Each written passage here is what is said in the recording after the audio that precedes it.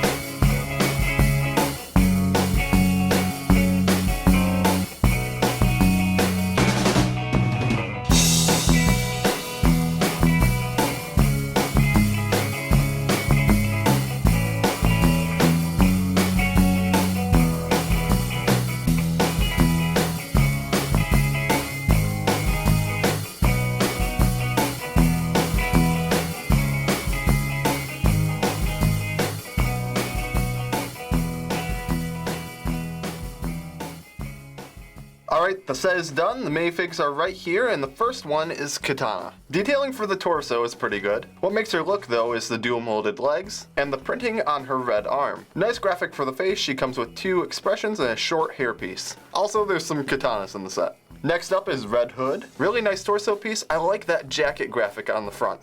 You can actually see a red bat symbol. Matches up very nicely with his head, which has some simple printing, and Red Hood comes with his own motorcycle, which has some nice sticker graphics on the side as well. And our next exclusive minifig is Captain Boomerang. He's got decent printing on the body, and he's the only minifig with printing on the legs. He's got a blue beanie with a boomerang on the top. Here is Batman. The body and head are not exclusively printed, but he looks pretty decent in his gray with black hands, plus he comes with 2 silver batarangs. Our last fig is not a minifig, but appropriately a big one. Killer Croc is looking really good, I really like that print for his face. And the ridges going down his head and back really ties the look together. Moving on to the vehicles, we're going to skip Killer Croc's Battle Chomper and move on to Batman's tank. Technically referred to as the Bat Tank. The look for this vehicle is really awesome. It's mostly black and gray as you can already see, but it makes really good use of yellow highlights. I like the 4 small sections for the treads, and there's a sort of theme of sleekness to this entire design. The hubcaps on the side of the treads are actually really smooth, and one of the nicest features about this entire tank is how the hatch matches up directly with the windshield. It looks almost somewhat hidden in the way that it's been designed, but when you look inside, there's actually a really good interior for the cockpit. It's contrasted really well with the light gray, which is pretty much the only time you'll see it in this set. Plus there's some really nice red highlights, and yes, that is a sticker graphic for the console.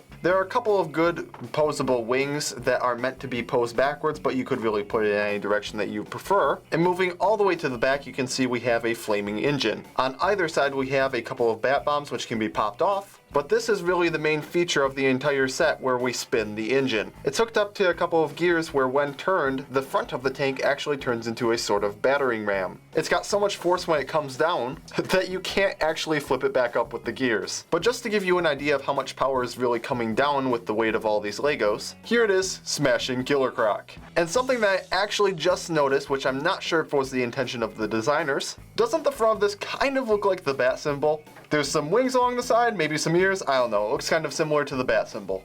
And in case the battering ram doesn't work, we have a 6-stud shooter located in the front of the tank. Okay, moving on to Killer Croc's vehicle. It's got some things that I really like about it, and a couple of other features which in my opinion are poorly designed. And looking at it now, the detailing is actually pretty excellent. There's a couple of nice ridge accents along the tail, and it matches really well with the detailing found at the top of the mouth. But really, the mouth is the main feature of this entire build. Now, I don't know the name of that wind-up chattering teeth toy, but this is the closest that we've ever gotten to one in LEGO. When you roll this thing around, there's a couple of Technic pieces which set this thing off. The chomps come up somewhat randomly and are at times unpredictable, but I don't really see that as too much of a negative. The faster you go, sometimes the bigger chomps you get. And if you go slower, you're going to see a lot of smaller chomps. This is going to be a lot of fun for kids to play with. I know I've had a lot of fun playing with it already. But now I think we should move on to the parts that I don't think are all that great. Namely this crow's nest for Captain Boomerang. Its main feature for some reason is a couple of searchlights,